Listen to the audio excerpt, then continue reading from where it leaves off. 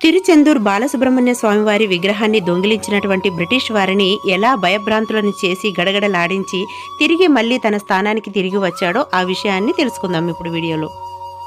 17వ శతాబ్దంలో బ్రిటిష్ వారు తిరుచెందూరు పైన దండయాత్ర చేసేసి అక్కడ విలువైనటువంటి వస్తువులను అలాగే శ్రీ బాలసుబ్రహ్మణ్యేశ్వర స్వామివారి యొక్క విగ్రహాన్ని కూడా దొంగిలించి సముద్ర ప్రయాణం చేస్తున్నారు.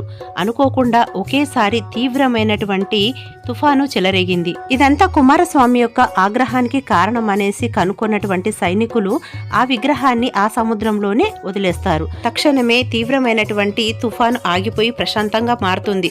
బ్రతుకుంటే చాలు దేవుడా అనుకుంటూ పారిపోతారు డచ్ సైనికులు. ఆ తర్వాత కొన్నాళ్లకి వాడే మలయప్పన్ పిల్లై అనే భక్తుడికి కలలో కనిపించి స్వామివారు సముద్ర ప్రాంతంలో పైన గరుడ పక్షి తిరుగుతూ ఉంటుంది. అదే సముద్రం క్రింద నీళ్లలో ఒక నిమ్మకాయ తేలుతూ కనబడుతుంది. ఆ నిమ్మకాయ కనబడినటువంటి కింద నీళ్ల భాగంలో నా విగ్రహం ఉంటుందని వెదకమని స్వామివారు చెప్తారు. అదే విధంగా స్వామివారు చెప్పినట్టుగానే విగ్రహం దొరుకుతుంది. విగ్రహ ప్రతిష్టాపన చేస్తారు. ఇలా స్వామివారి శక్తితోని తాను మళ్లీ తిరిగి తిరుచెందూరు చేరుకుంటాడు. ఈ యొక్క అద్భుతమే కాకుండా ఈ మధ్య కాలంలో 2004లో దక్షిణ భారత తీర ప్రాంతాన్ని సునామీ కుదిపేసిన విషయం అందరికీ తెలిసిందే. చుట్టుపక్కల ప్రాంతాలన్నీ కూడా మునిగిపోయి ప్రాణ నష్టం అయింది. అయితే సముద్ర ఒడ్డునే ఉన్న ఈ ఆలయానికి ఏమి కాలేదు, భక్తులకి కూడా ఏమి కాలేదు. పైగా సునామీ 2 కిలోమీటర్ల దూరం వెనక్కి వెళ్ళిందని అక్కడ ప్రత్యక్షంగా చూసినటువంటి భక్తులు ఇప్పటికీ చెప్తూనే ఉంటారు.